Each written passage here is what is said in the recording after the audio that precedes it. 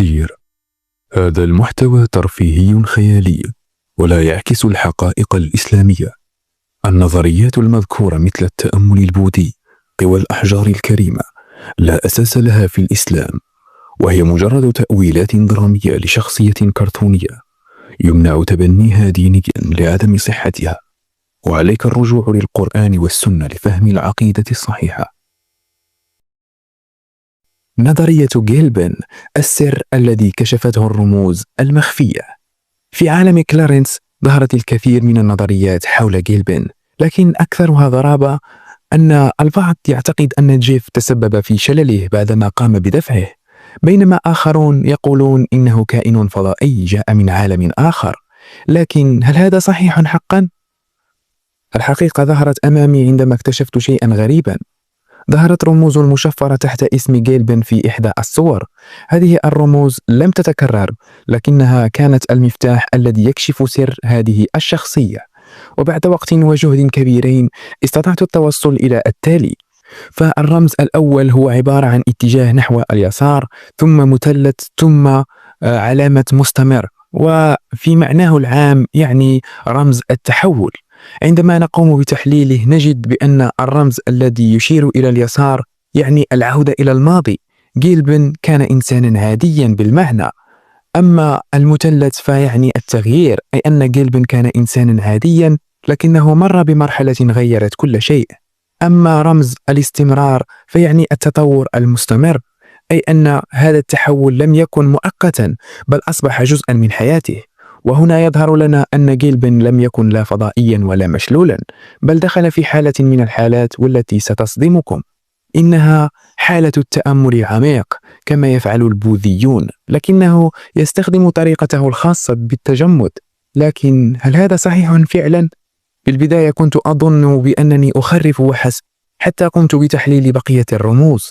فالرموز الثانية أو مجموعة الرموز الثانية هي عبارة عن مثلثين يساوي نقطتين، ويعني في معناه العام رمز التوازن الداخلي. فالمثلثين يعنيان ازدواجية التغيير، لأن جيلبن لم يمر بتغيير واحد بل تحول تدريجيا إلى شخص آخر. أما يساوي نقطتين فيعني التوازن. بعد هذه التغيرات وصل إلى حالة من الاستقرار الذهني. هذا يقودنا إلى شيء مهم جدا. عندما ننظر إلى الفلسفة البوذية والطاوية نجد أن التأمل يهدف إلى تحقيق التوازن بين اليين الطاقة الهادئة واليانغ الطاقة النشطة. ثم استمريت في تحليل بقية الرموز في وقت طويل، وكان الرمز الثالث هو عبارة عن مربع فوقه مستمر ومثلث ثم يساوي متجه نحو اليمين أو اتجاه نحو اليمين، وهو في معناه العام يعني رمز التطور العقلي. فالمربع الأسود فوقه استمرار يعني البداية أو نقطة الانطلاق، لأن جيلبن كان شخصا طبيعيا تماما في البداية. أما المثلث فيعني التغيير العقلي، أي أن جيلبن بدأ في استخدام قدراته العقلية بشكل غير عادي. أما بالنسبة للمتجهة نحو اليمين فتعني التقدم نحو المستقبل، مثلما نقوم بتسريع الفيديو نحو اليمين، أي أن نتقدم قليلا إلى المستقبل.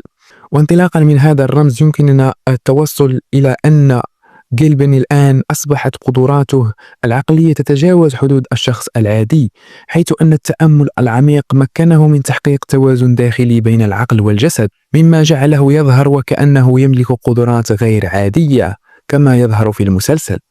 وبالتالي فجيلبن لم يفقد القدرة على الحركة، بل ربما أصبح يستخدم عقله بطريقة لا نفهمها، كما يقال عن بعض الحكماء والمتأملين.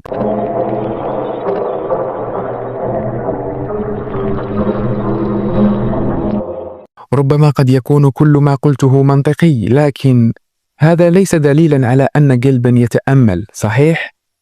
هذا ما كنت أعتقده أيضا حتى اكتشفت شيئا صادما، وهو أني عندما أخذت الحروف الأولى التي تبدأ بها أسماء الرموز وكذلك الحروف الأخيرة، في البداية حصلت على بعض الحروف العشوائية، لكن بعد صراع كبير لترتيبها حصلت على كلمتين مهمتين.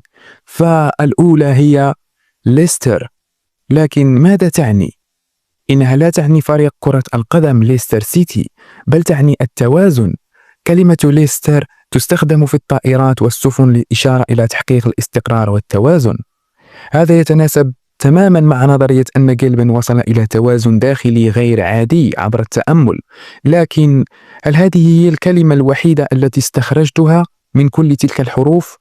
طبعا لا، فيمكن استخراج الكثير من الكلمات، وعلى سبيل المثال نغير حرفا واحدا فنحصل على letter، والتي تعني الرسالة. إذا كانت letter هي المقصودة، فهذا يعني أن جيلبن ترك لنا رسالة مشفرة حول حالته، وهي التي نقوم بتحليلها الآن. عندما نعيد النظر في كل هذه الأدلة نجد أن جيلبن لم يكن فضائيا، ولم يكن مشلولا، بل كان شخصا قد دخل في حالة من التأمل العميق التي مكنته من استخدام قدراته العقلية بشكل غير تقليدي. لكن ما الدليل على هذا الكلام؟ لقد كنت أبحث كثيرا عن دليل قاطع على هذا الكلام، لكن لم أستطع، ولكنه كان أمامي طوال الوقت ولم أره. فالدليل القاطع هو الأحجار الكريمة في طاولة جيلبن. إذا نظرنا إلى الطاولة التي يجلس عليها جيلبن سنجد فيها أحجارا بنفسجية كما فعلت جيف. في البداية قد يظن البعض أنها من الفضاء، لكن الحقيقة مختلفة تماما. هذه الأحجار هي الأماثيست أو الجمشت، وهي حجر كريم معروف في الفلسفة الروحية. يستخدم الأماثيست في التأمل لأنه كما يقال يساعد على تحقيق التوازن بين العقل والروح. لونه البنفسجي يجمع بين الأحمر أي طاقة اليانغ والأزرق طاقة الين، مما يجعله حجرا مثاليا للتأمل العميق. وفي الفلسفة الصينية هذا النوع من التوازن هو الهدف النهائي للتأمل. وهذا يثبت أن جيلبن لم يكن فضائيا ولم يكن مشلولا، بل وصل إلى حالة من التأمل العقلي جعلته يبدو وكأنه متجمد، بينما في الواقع كان يستخدم كل قدراته الذهنية، كما رأينا حينما جعل الأوراق أو الأزهار تتفتح. عندما نحلل الرموز وعندما نفصل الحروف ونعيد النظر في كل التفاصيل نجد أن جيلبن لم يكن مجرد شخصية صامتة، بل كان يترك لنا رسالة عظيمة حول قوة العقل. وربما عقله هو الذي يجعله يتواصل مع الناس دون أن يتكلم أو ينطق بكلمة، وهذا ما يجعل الناس يفهمونه مباشرة. إذن هو ليس فضائيا وليس عاجزا عن الحركة، بل يعيش في حالة من التأمل العميق، مما يجعله يصل إلى مستوى عقلي لا يمكن تصوره، وربما هذا ما يجعله ينتقل من مكان لآخر بلمح البصر. إذن جيلبن ما كان يريد قوله في الرسالة المشفرة هو: أنا شخص تطور من الماضي إلى الحاضر ويسعى نحو المستقبل. والآن السؤال الحقيقي: هل فعلا جيلبن يقوم بالتأمل العميق؟ وطبعا يا رفاق هنا نكون قد وصلنا إلى نهاية الحلقة. لا تنسوا الاشتراك في القناة واكتبوا في التعليقات رأيكم في هذه النظرية. إذا أعجبتكم النظرية فلا تنسوا دعمنا باللايك كما فعلتم في المقطع السابق يا أساطير. أراكم في الحلقة القادمة إن شاء الله.